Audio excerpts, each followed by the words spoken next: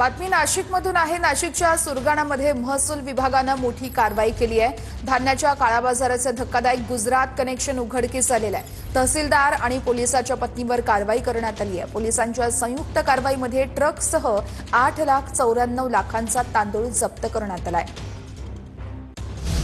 पुण्यामध्ये भर चौकात पोलिसांनी आरोपीला शिक्षा दिलेली आहे। भर चौकात आरोपींना उठाबशा काढायला लावल्या। काळेपडळ या पोलिसांकडून आरोपींना शिक्षा देण्यात आलेली आहे। पुन्हा गुन्हा करणार नाही अशी यावेळेस कबुली या आरोपींकडून या पोलिसांनी बदलून घेतली आहे।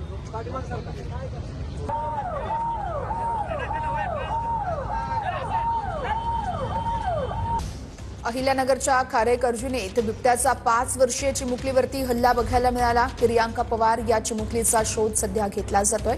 या संदर्भात कुणाल जायकर आमचे प्रतिनिधी आपल्याला सविस्तर अपडेट्स देत आहेत। कुणाल,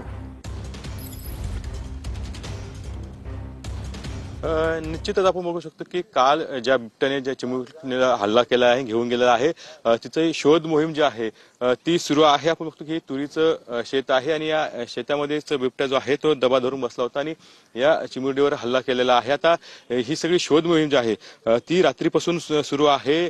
रात्री वन विभाग असेल किंवा एमआयडीसी पोलीस असेल आणि गावकरी जे आहे असे संयुक्तपणे ही शोध जी आहे ती रात्रभरापासून चालू आहे।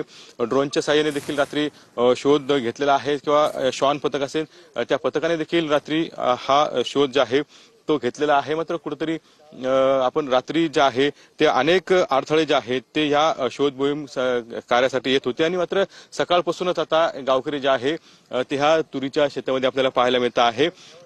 सकाळपासूनच ही शोध मोहीम जी आहे ती पुन्हा एकदा सुरू झालेली आहे। मात्र अद्यापही या चिमुरडीचा जो आहे तो शोध लागलेला नाही आहे। त्यामुळे आता कुठेतरी बिबट्यांची संख्या जी आहे ती सगळे पुणे जिल्हा असेल किंवा अहिल्यानगर जिल्हा असेल या जिल्ह्यांमध्ये वाढताना पाहायला मिळते आहे आणि अशा प्रकारचे हल्ले जे आहे ते गेल्या आठवड्याभरापासून मोठ्या प्रमाणात वाढलेले आहे आणि त्यामुळे आता कुठेतरी या बिबट्यांवरती कारवाई व्हावी, वन विभागाने या ठिकाणी पिंजऱ्यांची संख्या वाढवावी अशी मागणी देखील होऊ लागलेली आहे। आणि आता या निषेधार्थ आज हे खारेकर्जुनी गाव आहे ते देखील बंद पाळण्यात आलेलं आहे। शाळा देखील आज बंद आहे आणि त्यामुळे आता ही सगळी मोठ्या प्रमाणात या ठिकाणी शेती आहे, तुरीची शेती असेल किंवा इतर जे पिकं आहे या सगळ्या शेतीमध्ये आता ही शोध मोहीम जी आहे ती सुरू असल्याचं आपल्याला एकंदरीतच पाहायला मिळतं आहे आणि त्यामुळे आता कधीपर्यंत हा शोध लागतो हे पाहणं अत्यंत महत्वाचं असणार आहे। मात्र कुठेतरी बिबट्यांवरती आता लवकरात लवकर निश्चितच कुणाल या शोध मोहिमेसंदर्भातले अपडेट्स तुमच्याकडून घेत राहू। तुर्तास धन्यवाद।